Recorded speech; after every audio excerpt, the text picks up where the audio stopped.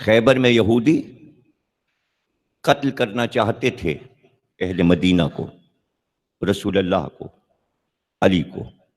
پورے مدینے کو گھیر کر مارنے کی تیاری تھی، اسلحے جمع ہو چکے تھے، قلعے میں سامان آ چکا تھا، کئی برس کا کھانے کا سامان رکھ لیا گیا تھا، کوئی لمبی لڑائی چھیڑنے والے تھے اور یہودی پریشان بھی کر رہے تھے۔ خیبر کی لڑائی ہوئی اور قیامت کا مارکا ہوا، لیکن مارکا فاتح خیبر نے کیا۔ اور خیبر کی لڑائی قرآن میں موجود ہے، حدیث میں بھی موجود ہے، تاریخ میں بھی موجود ہے۔ صرف ایک حدیث صحیح بخاری کی پورے خیبر کو بیان کر دیتی ہے، پورے خیبر کو بیان کر دیتی ہے۔ کل میں علم دوں گا مرد کو جو کرار ہے، جو غیر فرار ہے، وہ یہی کل خیبر ہے، اسی کا نام خیبر ہے کہ علم ملا اور مرد کو ملا، اس کو ملا جو کرار تھا، جو غیر فرار تھا۔ حدیث میں سب کچھ کہہ دیا۔ کرار بڑھ بڑھ کے حملے کرنے والا، جو بڑھتا جاتا ہے حملے کرتے جاتا ہے، اسے کرار کہتے ہیں۔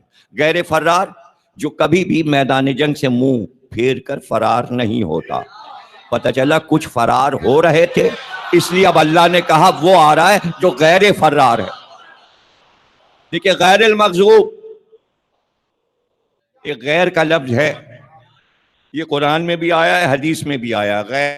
غیر، غین یہ اور یہ، غیر المغضوب۔ یہ غیر کون ہے؟ غیر نے خود بتایا غیر کون ہے، اس لیے کہ ایک نقطہ غین کا ہے، دو یہ کہ ہیں غیر میں تین نقطے ہیں۔ ارے بھائی میر انیس سے کہہ دیا گیا دربار میں تعریف کیجئے بادشاہ کی، تو انیس نے غیر کی مدح کروں شہ کا ثنا خواں ہو کر، اس کے معنی علی کا غیر جو ہے اس کی تعریف نہیں ہوتی۔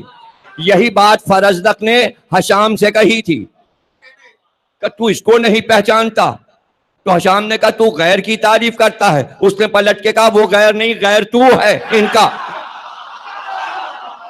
اس کے معنی غیر مشہور تھا غیر المغضوب کی وجہ سے۔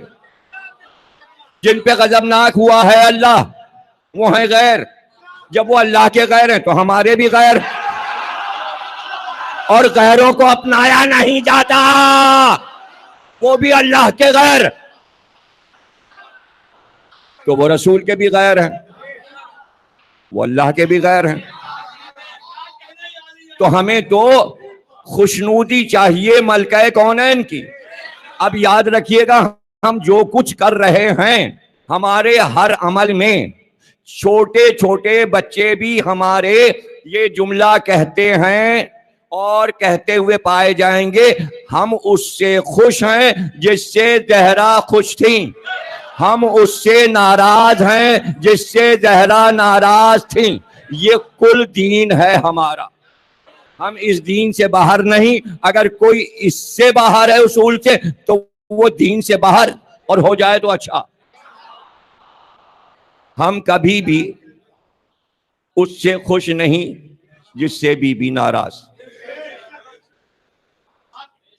کبھی کسی جنگ کے بعد سب کو مال غنیمت ملا، لیکن کبھی مولا علی نے کوئی مطالبہ نہیں کیا کہ میرا حصہ کہاں ہے۔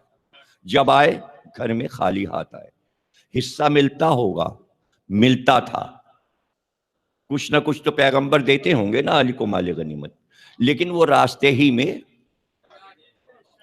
سب کو پتا تھا لے کے مال آ رہے ہیں علی، یہ تو سب دبا لیں گے اپنا مال، علی سے مانگیں گے، علی دیتے چلے جائیں گے، سب کو پتا تھا، اس لیے راستے میں کھڑے ہو جاتے تھے۔ مجھے نہیں پتا وہ اندھا فقیر کون تھا جو 70 اونٹ لینے آ گیا تھا، پہلے سے بیٹھا ہوا تھا اور وہ بھی بھوکا، بھوکا ہوں، بھوکا، اندھا ہوں، فقیر ہوں۔ کمبر اس کو کچھ دے دو، کچھ اس کو دے دو، بھوکا ہے اب نہ دیر کر، کمبر روٹی دے اس کو، سیر کر کمبر. بولا وہ روٹی ہے دسترخوان پہ بار، کا دے دے دسترخوان کا، وہ دسترخوان صندوق پہ ہے بار، کا دے دے صندوق کا، وہ صندوق ہے اونٹ پر بار، کا دے دے قطار کی قطار. سنتے ہی حکم میرے کوثر کا، چھوڑ کر ریسمان کو سر کا، پوچھا مولا نے کیا سبب اس کا؟ بولا دریائے کرم ہے جوش پہ تیرا، مجھ کو دے دو تو کیا. قطار کے ساتھ کہیں فقیر سے کہو یہ جو مہار پکڑے اس کو بھی لے جاؤ. دریائے کرم جوش پر ہے اس لیے میں دور کھڑا ہو گیا، قطار یہ اور مہار فقیر کو پکڑا دیا. اور رسی جو اس نے پکڑی، اس نے کہا عجیب ہے یہ علی کا غلام بھی، میں نے مانگی روٹی میرے ہاتھ میں سانپ پکڑا دیا. ارے جو دولت کو سانپ سمجھے ایسا فقیر کہیں دیکھا ہے؟ پتہ چلا فقیر یہاں کا نہیں تھا، وہاں کا تھا. اگر 70 اونٹ یہاں والوں کو ملتے تو نسلوں میں ذکر ہوتا کہ اتنی دولت جناب جو آئی ہے اس خاندان میں، یہ وہی ہے جو 70 اونٹوں پہ بار تھی. یہ اونٹ گئے کہاں؟ اونٹ کہاں گئے؟ یہ تو وہ مال تھا جو یہودیوں نے تحفے میں دیا، یہ مال غنیمت نہیں ہے. یہ پتہ ہے آپ کو یہ 70 اونٹ کے اوپر مال کیسے آیا اور قمبر کیوں خوش ہو گئے؟ اس لیے کہ علی خیبر فتح کر کے سیدھے مدینے نہیں آئے بلکہ درہ خیبر تک آئے. کہتے ہیں کہ سندھ تک آئے. یہاں قدم شریف جو ہے وہ اس کی وجہ یہی ہے کہ پورے علاقے میں پہاڑ پہاڑ ہوتے ہوئے سندھ تک آئے. ایک سفر تھا، قمبر ساتھ تھا، اور بھی کئی غلام تھے. جو سفر نامہ ہے علی کا خیبر کے بعد کا، اس کے صفحات آپ کو معلوم ہے کتنے؟ 4,500. اور جیسے ہی میرے کمرے میں آپ داخل ہوں گے تو میرے بستر کے سامنے جو سب سے اوپر کا ریک ہے اس کے اوپر وہ کتاب لگی 4,500 صفحوں کی، جو علی کا سفر نامہ ہے، جس میں سندھ بھی ہے. اب نہ ہو کسی کے پاس کتاب تو میں کیا کروں، اور نہ پڑھاؤ کسی نے تو میں کیا کروں، میں ذمہ دار ہوں. اور نہ سناؤ کسی نے تو میں ذمہ دار ہوں. اب یہ تو سندھ کا جو آپ تاریخ پڑھیے نا تو پڑھے کہ دریائے سندھ کیا ہے. کچھ پتہ ہے دریائے سندھ کے بارے میں؟ آپ کو نہیں پتہ. کہتے یہ ہیں کہ 1400 سال پہلے دریائے سندھ الٹا بہتا تھا. اب پتہ نہیں الٹا سیدھا آپ جانے، اگر آپ نے دیکھا ہے دریائے سندھ کہ ادھر سے جا رہا ہے سمندر کی طرف، پہلے ادھر سے آ رہا ہوتا تھا، تو تاریخ میں لکھتے ہیں اس نے رخ بدلا. خود بدلا یا کسی نے بدلا؟ کسی نے بدلا. بھائی پتہ چلا مولا آئے اور دونوں بچے حسن حسین بھی ساتھ، سارے سندھی جمع ہو گئے اور زیارت کے لیے آئے، اور اپنی رو پیٹ کے اپنی مصیبتیں، پتہ تھا بھائی مشکل کچھ آئے. شہرت تو زمانے میں علی کی تھی، ایسا تھوڑی تھا کہ سندھ والے پہلے سے نہیں جانتے تھے، سب جانتے تھے، وہ دنیا جانتی تھی. اگر نہیں گئے علی وہاں تو کیا ہو گیا؟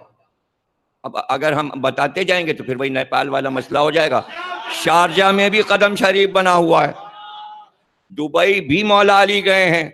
دبئی آج ہے نا، آپ دیکھیے ابھی آ جائے گا فیس بک پہ، دیکھیے مولا علی کو دبئی بھیج دیا.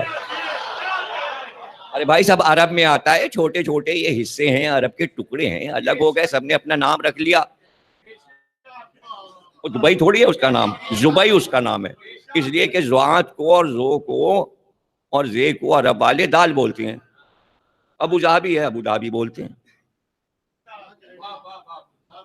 عجیب باتیں. لیکن گاف نہیں ہے عربی میں، لیکن یہ عربی داں جیم کو گاف بولتے ہیں. ہمیشہ جیلانی کو گیلانی کہیں گے. یہ عربیوں کا حال ہے. گاف نہیں ہے، اللہ نے گاف اتارا ہی نہیں ان کے اوپر، مگر گاف ضرور بولیں گے. اب میں جب جدے گیا حج کرنے کے لیے تو میں جدے میں ٹھہرا، وہاں میں نے محرم کا عشرہ پڑھا 10 دن جدے میں. جدے میں عشرہ پڑھا میں نے محرم کا، پہلی محرم سے عاشور تک. تو پتہ چلا کہ عرب والے جدے کو جدہ نہیں کہتے، گدہ کہتے ہیں۔ اور جدے کے دو حصے ہیں، جیسے کراچی کے دو حصے ہیں، ایک کراچی ہے ایک نیو کراچی ہے، اس طرح جدے کے بھی دو حصے، ایک جدہ ہے ایک نیو جدہ ہے۔ تو عربی میں جدہ جدیدہ یعنی جدید جدہ، تو عربی میں کہتے ہیں جدہ جدیدہ، تو اس کو کہتے تھے گدہ گدیدہ۔ یہ سب مجھے بتایا جا رہا ہے کہ یہ لوگ بولتے ہیں، گدہ بولتے ہیں اور گدہ گدیدہ بولتے ہیں،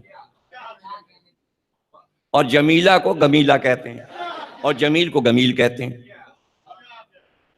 اسی طرح ضالین کو دوالین کہتے ہیں۔ ارے بھائی جو اردو بولتے ہیں وہ کیوں غلط بول رہے ہیں بھائی؟ ان کو کیا ضرورت ہے ابو ظبی کو ابو ظبی کہنے کی؟ ان کو کیا ضرورت ہے؟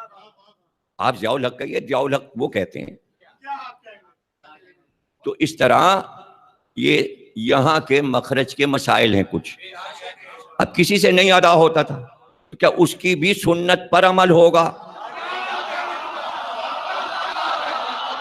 بھائی یہ تو نہیں ہوگا، چونکہ کاف الگ ہے اور قاف الگ ہے۔ اب کاف کو کاف کہنا ہے اور قاف کو کاف نہیں کہنا۔ اب جس سے نہیں نکل رہا قاف تو ہم اس کی سنت پہ تو نہیں چلیں گے، ہم کل واللہ تو نہیں کہیں گے، ہم قرآن شریف تو نہیں کہیں گے۔ ہم کیوں کہیں؟ ہم تو نکال سکتے ہیں نا۔ تو ہمارے بچوں کو کیا ہو گیا؟ ہمارے بچوں کو کیا ہو گیا؟ زہرا لفظ ہے، زہرا نہیں ہے۔ قاف ہے تو قاف بولیے۔ اگر اس طرح آپ سنت پہ چلتے رہے تو پھر ایک دن دوالین بھی کرنے لگیں گے آپ، اور پھر خدا ہی حافظ ہے آپ کا۔ پھر حافظ نہیں کہیں گے آپ، خدا حافظ کہیں گے۔ یوں بھی خدا حافظ کو بدل کے اللہ حافظ ہو گیا ہے۔ جدید باتیں ہیں، یہ نقل نہیں کرنی ہے، جو بزرگوں کے طریقے تھے انہی پہ چلیں، نئی نئی باتیں مت کریں۔ اور یہ کیا ہے؟ اچھا ٹھیک ہے، تو پھر جا رہے ہیں ہم، آپ اپنا خیال رکھیے گا۔ یہ کہاں سے جملہ آیا؟ اس کا کیا مطلب ہے؟ جب ہم ہی کو اپنا خیال رکھنا ہے، آپ کو کہنے کی کیا ضرورت ہے؟ خود غرضی دیکھیے، یعنی ہم آپ کا خیال نہیں رکھیں گے، آپ خود ہی اپنا خیال رکھیے گا۔ بہت بڑا جملہ ہے۔ مہمان آیا ہے، اس کی خاطر کیجئے، لے کے آئیے، پانی لائیے، چاہے آپ کیا لیں گے؟ اس کا کیا مطلب ہے؟ جوتے لیں گے آپ؟ یہ کیا پوچھ رہے ہیں؟ کیا لیں گے آپ؟ ٹھنڈا لیں گے کہ گرم لیں گے؟ یہ جملہ کتنا بدتمیزی کا ہے۔ کیا لیں گے آپ؟ لینے آیا ہے وہ۔ پانی برس رہا ہے سڑک پہ، پانی بھر گیا ہے، پانی کھڑا ہے۔ ارے آدمی کھڑا ہوتا ہے کہ پانی کھڑا ہوتا؟ اپنی بولیاں مت بدلیے، اپنی اردو صحیح رکھیے، ٹی وی کی نقل نہیں کرنا ہے۔ یہ جاہل لوگوں کا ٹی وی ہے، جو جہلا بٹھائے گئے ہیں، جنہیں نہ زبان آتی ہے نہ بیان، اور جو فیس بک پہ بیٹھے ہیں وہ جاہل کے بچے ہیں سارے، جہلا کی اولاد۔ ہمیں نقل نہیں کرنی ہے۔ یہ مجلس ادب سکھاتی ہے، یہ تلفظ بتاتی ہے، یہ آداب بتاتی ہے، یہ صحیح حدیث بتاتی ہے، یہ صحیح آیات بتاتی ہے، یہ صحیح روایات بتاتی ہے، یہ صحیح کردار پیش کرتی ہے، یہ شجاعت کی تعریف بتاتی ہے، یہ بھاگنے والوں کے قصے بھی سنا دیتی ہے کہ فراریت کیا ہے اور کراریت کیا ہے۔ اقبال سے کسی نے پوچھا کراری کے کیا معنی ہے؟ اقبال نے کہا می شناسی معنی ہے کرار چیز، تو مجھ سے کراری کے معنی پوچھ رہا ہے کہ کراری کے معنی کیا ہے؟ علامہ اقبال سے پوچھا گیا می شناسی معنی ہے کرار چیز، یہ مقام از مقامات علی اس، علی کے بلند مقاموں میں سے ایک بلند مقام ہے کرار۔ کرار نے خیبر فتح کیا تو یہودی ہو گئے حیران، تو بچوں نے کہا یہودیوں کے ہم کو بھی دکھاؤ چل کے، جس نے خیبر فتح کیا اور دروازہ توڑا، ہم دیکھنا چاہتے ہیں۔ تو یہودیوں نے کہا اب خالی ہاتھ کیا جائیں؟ عورتوں نے کہا جاؤ تو نذرانہ لے کر جاؤ۔ جو نذرانہ یہودی لے کر آئے تھے اس کو جب خنبر نے جمع کیا تو وہ 70 اونٹ بنے۔ 70 اونٹوں کو آپس میں باندھا تو ایک قطار بنی۔ جو جو دیتا گیا تحفہ خنبر اس پہ رکھتے گئے۔ صندوق بھی تھے، کپڑوں کے تھان بھی تھے، سونا چاندی بھی تھا، جواہرات بھی تھے۔ جیسے تحفہ ملا تھا ویسے ہی علی نے تحفہ واپس کر دیا۔ کہاں گیا؟ اب وہ جبریل لے گئے کہ میکائیل لے گئے؟ اب آپ کہیں گے وہاں اونٹ کہاں؟ عرش پہ اونٹ جائیں گے؟ عرش سے تو اونٹ آیا ہے، عرش سے ہی تو اونٹ آیا ہے۔ شب معراج رسول اللہ سفر کر رہے تھے، دیکھا ایک اونٹوں کی قطار چلی جا رہی ہے، لاکھوں اونٹوں کی۔ کہا جبریل یہ قطار اونٹوں کی کیسی ہے؟ کہا جب سے آدم کی خلقت سے 25,000 برس پہلے اللہ نے مجھے خلق کیا، اور عرش پر ایک ستارہ ہے جو 25,000 برس کے بعد طلوع کرتا ہے، اس ستارے کو میں 25,000 بار طلوع ہوتے دیکھ چکا ہوں۔ کہا یہ عمر ہے تمہاری جبریل؟ کہا جب سے وہ ستارہ طلوع ہو رہا ہے 25,000 برس کے بعد، اور 25,000 برس بار میں اس ستارے کو طلوع ہوتے دیکھ چکا۔ جب سے یہ قطار دیکھ رہا ہوں چلی جا رہی ہے، مشرق سے مغرب تک چلتی جا رہی ہے، چلتی جا رہی ہے، ختم ہی نہیں ہوتی۔ ارے کروڑوں برس ہو گئے یہ قطار ختم نہیں ہوئی۔ کہ اس کے اوپر کیا سامان لدا ہے؟ کہ آپ کے بھائی علی کے فضائل ہیں، آپ کے بھائی علی کے فضائل اس پہ لدے ہوئے ہیں مشرق سے مغرب تک۔ کیسی کیسی کتابیں ہوں گی اس پہ صندوق میں لدی ہوئی، کاش ایک دو کتابیں ہمیں بھی مل جاتی، پھر ہم پڑھ پڑھ کے سناتے۔ یہ تو یہیں کیا آیت اللہ کی لکھی ہوئی کتابوں سے میں پڑھ دیتا ہوں، اس میں کی کتاب ملتی تو پھر مزہ بھی آتا۔ یہ تو آیت اللہ کی کتاب ہے، اللہ کی کتاب ملتی تو پھر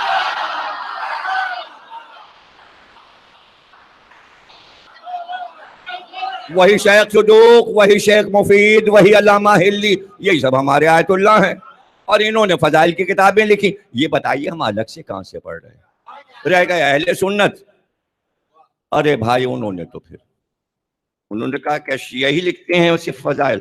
اب جو انہوں نے لکھنا شروع کیا، نابی المودت اور حج المطالبی، تو بعد میں امام نسائی نے پوری جلد لکھ دی۔ مستدرک حاکم کا مصنف حاکم جو ہے اس نے پوری جلد مولا علی کے لیے، ایک پوری جلد جناب فاطمہ کے لیے الگ کر دیا۔ امام نسائی نے ایک پوری جلد مولا علی پہ لکھ ڈالی،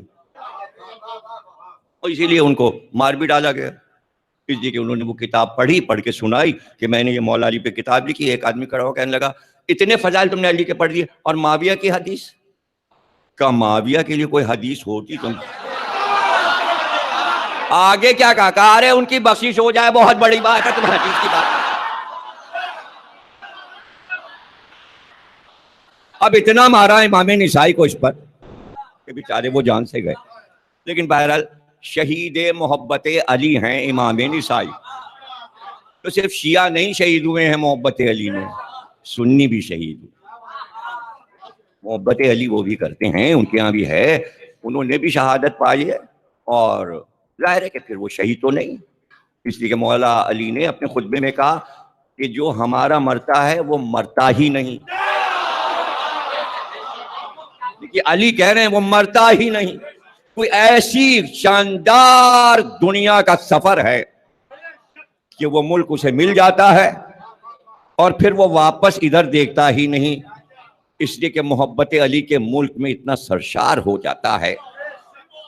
ہاں یہ ہے کہ ائمہ نے فرمایا کہ کبھی کبھی وہاں جو لوگ گئے ہوئے ہیں علی والے، وہ کبھی کبھی اذن لیتے ہیں وہاں سے کہ ہم فلاں مجلس میں جانا چاہتے ہیں۔ اب یہ ان کی پسند ہے کہ کون سے امام باڑے میں وہ آتے ہیں، کہاں آتے ہیں مجھے نہیں پتا، لیکن امام کی حدیث ہے کہ ارواح کو اذن ملتا ہے کہ جاؤ آج ذکر ہو رہا ہے علی کا، تم بھی جاؤ۔